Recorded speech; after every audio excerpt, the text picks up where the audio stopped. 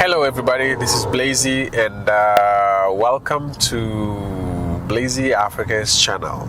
If it's your first time that you're listening to my voice or you have never seen my face, please don't forget to click subscribe and like the video if you think it's worth it, and you can help the channel grow slowly and create that awesome traffic that many people try to do. Anyway, right now I want to talk about the tactics of survival in the United States if you're an immigrant. So many people have dreams of moving to the United States, or they call it the USA. I was one of them at some point, and luckily I was able to make it here. And when I moved into this country, I was like a fresh chicken. You know, I didn't know how things work. I didn't know what to do. I didn't know where to turn to. The only thing I had was just few friends, close people that I had in my circle who are helping me navigate. But you know, as much as that was happening, they don't help you as much as you think they will, because they also have their own things to deal with. And I want to take you through some few steps that I feel like every immigrant should always think about, either when you're migrating to America or if you're migrating to Europe.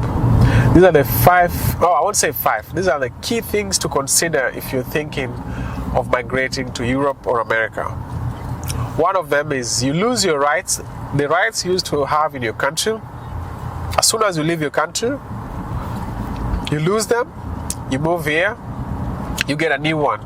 There's basic human rights, obviously, that you don't lose, like your right to life, right to education, right to shelter, freedom of, I won't say freedom of speech, because I know in some other places freedom of speech is kind of considered in a different way. So that's the first thing. The second thing that you have to understand is culture shock.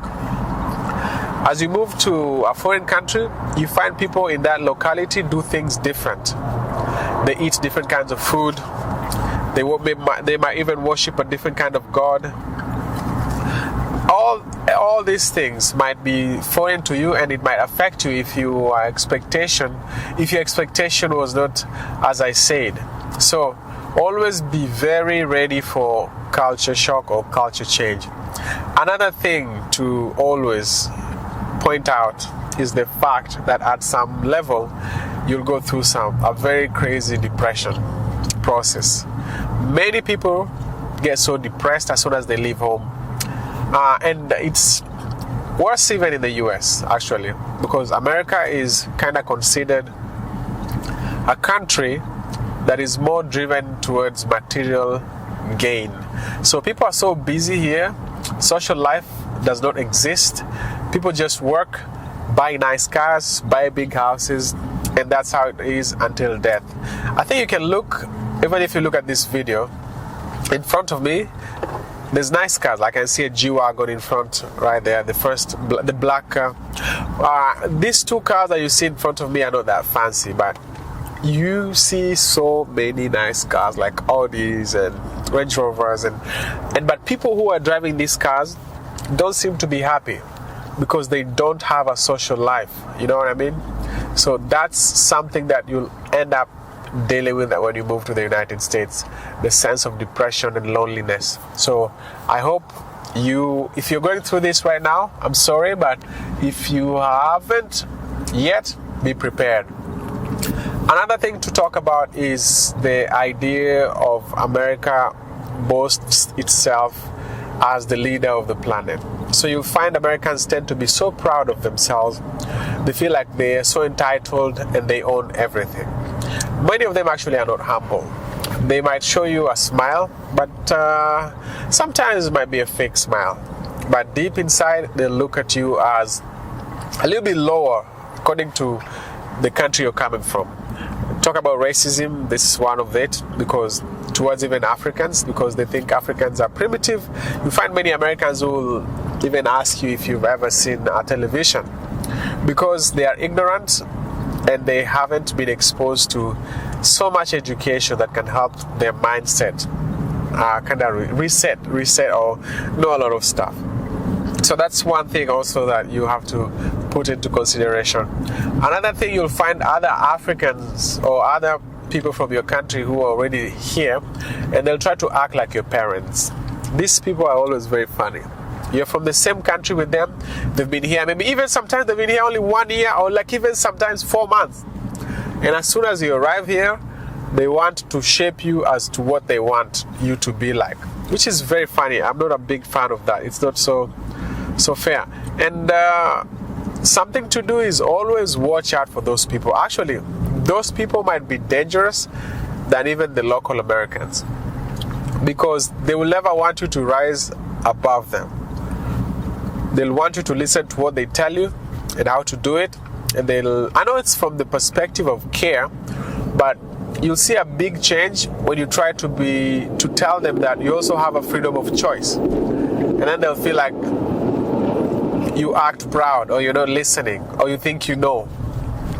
So watch out for those kind of friends when you're out in a new country, mostly the Western countries. Food shock will shock you for sure. Like, food here is different. The meat is processed. All foods are processed, like I can tell you. It's not like back in Kenya or somewhere in Africa where you can just walk into a tree and get a mango and eat and go back to sleep.